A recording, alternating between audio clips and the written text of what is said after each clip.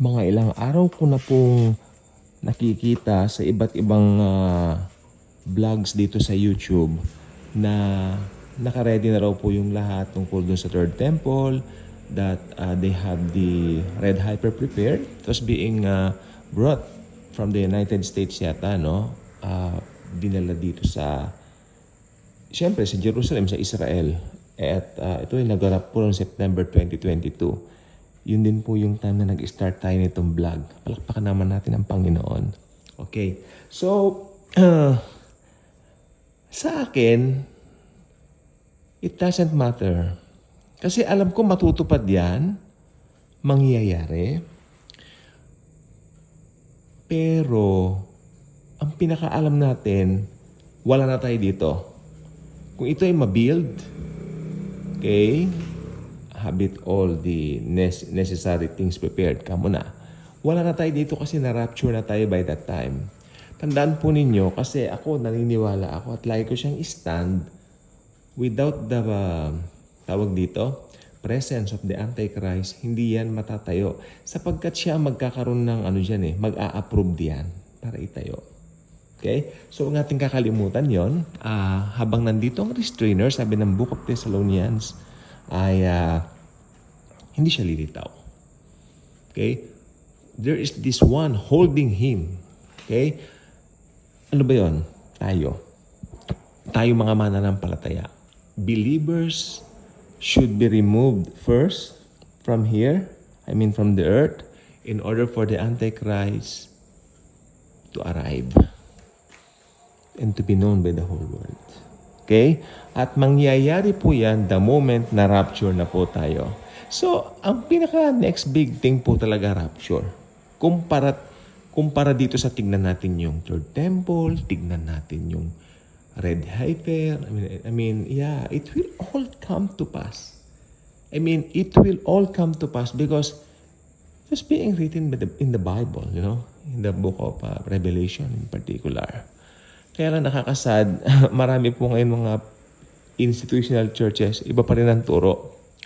Nakatutok pa rin. Alam niyo po ba, meron akong kilalang church na sabi niya, hindi raw dapat tinuturo ang prophecy dahil nalilito raw ang tao.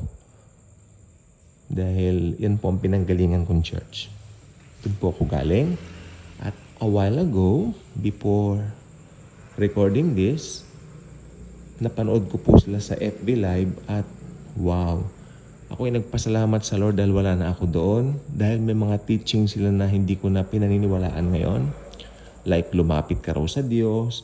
Ba't ka palalapit? Ang Diyos nakatira na sa puso mo. Si Jesus Christ.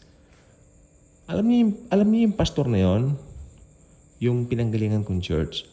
Ano po yan dati Nagturo na po yan ng biyaya, mga around 2010 to 2012. Then, napansin namin yung parang, nung nakita niya parang walang ganong nagiging member doon sa church niya, parang bumalik siya sa law. Dumating pa nga yung time na sinasara niya yung simbahan pag na-late. Ganon. So, sabi ko, this is wrong. So, nag-decide akong umalis doon. And I want to thank the Lord dahil nung umalis ako doon, marami na rin sumunod na umalis.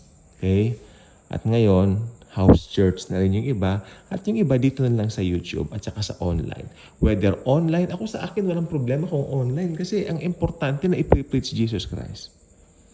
Okay? I-stand ko na po ito since 2020. Thank you, Basa Rajken. Okay? So I recommend his channel and Rene Roland. No? Dahil sila ang nagmulat sa akin. Mga American preachers to. Si Bas Rajken, taga Switzerland, Swiss.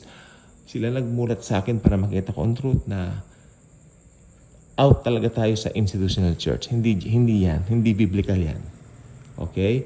At sila rin nagturo na in the Bible, wala kang makikita na tinawag na pastor ang mga believers. Di ba? Walang binanggit na pastor si Paul, pastor si John, pastor si... Wala. So, naging title conscious na ngayon ng mga tao. Anyway, last days naman po kasi. Okay? Pero mas pinili naman namin na manatili na lang sa Biblia. Okay? Pero yung iba, syempre, gusto nila ng prestige, gusto nila ng titulo, wala tayong magagawa doon. Hayaan na po natin. So, ang gusto ko lang pong sabihin po sa ating lahat, last days na po talaga ngayon. Like now, imbis na malamig ang panahon, hindi nadadama. Mainit po siya. Okay? So, yun lang pong gusto ko sabihin. It will all come to pass. Yung red hyper na yan, yung third temple na yan, mangyayari yan. Pag nandito na yung Antikristo. So, I believe, ako stand ko pa rin talaga. Na-remove na tayo dito, paglilitaw na yan. God bless.